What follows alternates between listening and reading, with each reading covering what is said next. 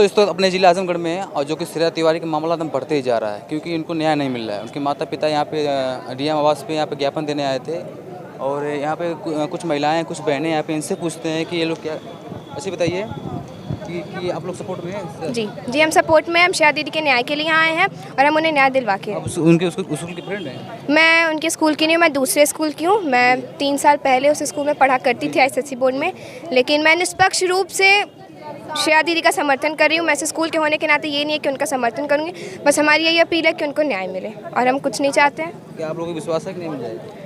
हमें विश्वास 12-13 दिन हो गया है। हाँ 12-13 दिन हो गया है, जहाँ तक एक विश्वास हमारा धीरे धीरे घट रहा था, लेकिन वो उम्मीद हमारी जागी है। तो अगर यहाँ पे कुछ नहीं हुआ फिर हम आगे जाएंगे, लेकिन हम न्याय दिलवा के रहेंगे। आप कहना चाहती हैं? मैं भी यही कहना चाहती हूँ कि उन्हें न्याय मिले और बहुत ही गलत हुआ, जैसे कि यहाँ गरीब परिवार को नीचे दबाया जा रहा है और प्रिंसिपल के पास बहुत पैसे हैं तो वो अपना मतलब जेल से भी अब 12-13 दिनों से भी इधर से उधर घुमाया जा रहा है। हाँ, तो ये गलत है। आप हालत भी देखिए उनके माता पिता की, वो दोनों, उनकी रुलाई भी नहीं रुक रही है। मतलब हम मतलब इमेजिन कर सकते हैं ना, अगर उस लड़की के अलावा किसी और लड़की के साथ भी कुछ हुआ होता तो वो अकेले नहीं, ऐसे बहुत सारे पेरेंट्स हैं अभी जिनकी तो बात भी नहीं ऊपर आई होगी। तो मैं यही चाहती हूँ कि उन्हें न्याय मिले। सपोर्ट में है तुम? एकदम सपोर्ट, हम आखिरी दम तक सपोर्ट करेंगे। तो क्या कहना चाहती हैं? बस यही बोलेंगे, हाँ बस बोलेंगे कि उसको इंसाफ मिले बस। अगर नहीं मिला तो मतलब कुछ है ही नहीं। आप लोग साथ में रहेंगे माता पिता उनके? उनके साथ जाएंगे, जब तक इंसाफ नहीं मिला तब तक आगे जाएंगे। आप क्या कहना चाहती हैं? बस श्रेया को इंसाफ मिलना चाहिए। सपोर्ट में है आप लोग? जी प्रशासन से क्या कहना चाहती हैं? बस उसको इंसाफ दिलाए, बस यही चाहिए। श्रेया को इंसाफ मिले। इंसाफ दिलाइए श्रेया को। आए तो कुछ यहाँ पे भैया जी, लोग हैं भैया जी, क्या कहना चाहते हैं इस मुद्दे पे? कहना क्या चाहते हैं? इंसाफ बढ़ता जा रहा है। इंसाफ चाहते हैं, सब चाहते हैं इंसाफ चाहते और हैं। आज 12-13 दिनों में सिर्फ प्रशासन घुमा फिरा रहा है। जो सबूत होते हैं, जो क्या हुआ, किस वजह से मरी, खोज नहीं पा रहे हैं। आखिर की ये तो प्रशासन ही बताएगी ना भैया। इंसाफ ही चाहते 13 दिन हो गया। हैं, तो इंसाफ तो प्रशासन ही कराएगी।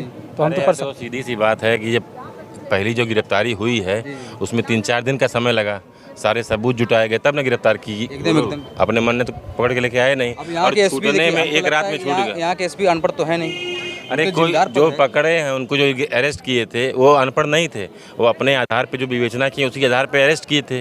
और ऐसा क्या हो गया कि रातों रात उनको रिहा कर दिया गया? टीम आई, अब कहीं की टीम आई, घटना आजमगढ़ की है तो अब लंदन से टीम आई, उससे क्या मतलब है यार? यहाँ पे जो जांच हो रही है यहाँ के एसपी को दिया जाए जांच। आप क्या कहना चाहते हैं इस पे? बस सब पूरे आजमगढ़ की जनता की यही मांग है कि एसपी आर्य को फिर से ये केस सौंपा जाए, क्योंकि उन पर सभी का भरोसा बना हुआ है। जिस तरीके से उन्होंने अभी तक काम किया, उनको अरेस्ट करवाने का काम किया, तो एसपी आर्य जी को ये फिर से दिया जाए और न्याय हो। सबसे बड़ी बात है कि श्रेया के पक्ष में न्याय मिले लोगों को। सपोर्ट में है आप लोग? जी बिल्कुल। नहीं मुझे मालूम था, मुझे नहीं पता था। अगर मुझे पता होता तो मैं मीडिया को साथ लेके जाती। मुझे तो लगा मेरी बेटी जिंदा है, सही सलामत होगी, बस मैं जाऊंगी। मुझे भी डांटेंगे हो सकता है और मेरी बच्ची मेरे पास जिंदा वापस दे देंगे, लेकिन अगर मुझे पता रहता कि मेरी बेटी को लोगों ने मार डाला है तो मैं किसी को नहीं छोड़ती। और मैं सारे सबूत, मैं ये पूछती हूँ कि अगर धुलाई हुई है वहाँ जहाँ मेरी बेटी गिरी है, सभी देखते हैं, सभी जानते हैं, कानून की एक प्रक्रिया होती है, जांच होती है कि किस तरीके से बच्ची गिरती है, कहाँ उसकी सामानें गिरती हैं, किस तरीके का उसका शरीर गिरता है। मेरी बेटी की न सर पे चोट लगी न माथे पे चोट लगी, वो गिरी तो गिरी कैसे?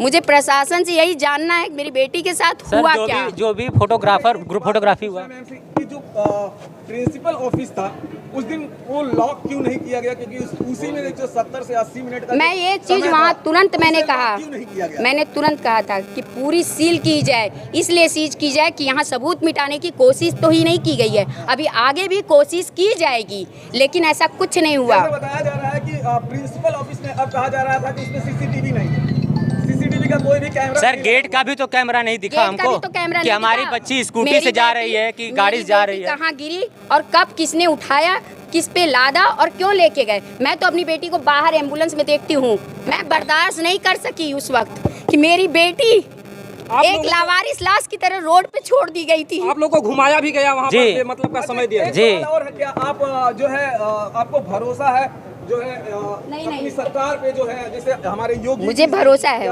मोदी जी से भरोसा है आपको? मुझे योगी जी से ही तो भरोसा है, क्योंकि हम जानते हैं कि वो इस तरीके के नहीं हैं, लेकिन मैं ये पूछती हूँ कि फ़ीस हम देते हैं, मैं ये जो CBSE बोर्ड पूरा साथ दिया, मैं पूरे बोर्ड से पूछती हूँ कि जब हम फीस देते हैं, ड्रेस देते हैं, कॉपी किताब देते हैं, तो हमारी बच्ची की सुरक्षा की गारंटी कौन लेगा?